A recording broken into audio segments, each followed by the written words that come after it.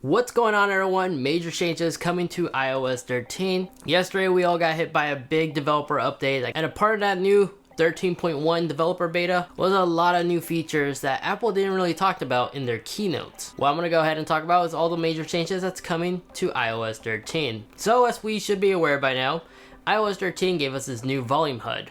A new feature that Apple innovated is now whatever device you're connected to, source of audio, like AirPods for example, whenever you adjust the volume, it will show you the icon that the device you're adjusting. So in other words, if you're adjusting your Apple TV volume, it's going to show you an Apple TV icon, Power Beats icon, HomePod, and etc. Also got some new icons for Apple devices. If you're using Cherry Sheets on an iMac, MacBook Pro, or another Apple device, you're gonna see a new icon now, and I kind of like this icon. It's the same icon you tend to find on the Apple website, so they're utilizing them now for Cherry Sheet. Another cool thing about this update, now we have more dynamic wallpapers to choose from. If you're a big fan of the background wallpapers that like move around, you're gonna really like these new choices that we got.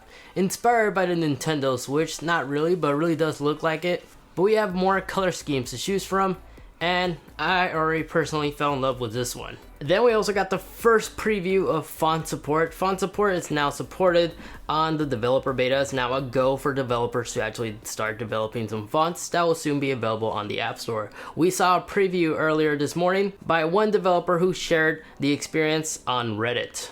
So far the process looks really easy, and I can't wait till this feature become available. Now a cool innovation on iOS 13 is now you can actually use official third-party controllers like the Xbox One and the PlayStation 4 controller. But before, when you linked them, you really couldn't tell the battery life percentage, what's remaining on those controllers. But something big, now you can actually find the status of those controllers on the battery tab on your iOS device. Then the automation tab is finally back. What this allows you to do is you could take any NFC chip that you have around your household and you could program it to do certain commands when you tap it on your phone. Some people done this with the Amiibos, where if they tap their Amiibo on their phone, it will turn off or turn off their lights, whatever they set it to on their HomeKit.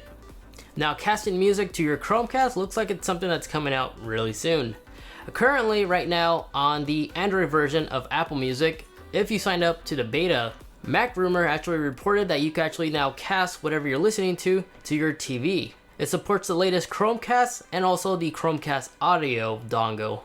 And if you also want to get your hands on the beta version of Apple Music, I'll leave a link to the article and a link to where you can sign up and test it out on your Android device. But there you guys have it. Those were some cool innovation, new changes coming to iOS 13 on the next upcoming month. I just want to report with you guys on all the cool things that's coming very soon for iOS 13. So if you guys like this video, you know what to do. Leave that video a like, those help me out a lot. Get subscribed, especially if you enjoy tech videos like this. But as always, my name's Eddie. Hope you guys have a good one. Take care, and I'll catch you all in the next one. Peace.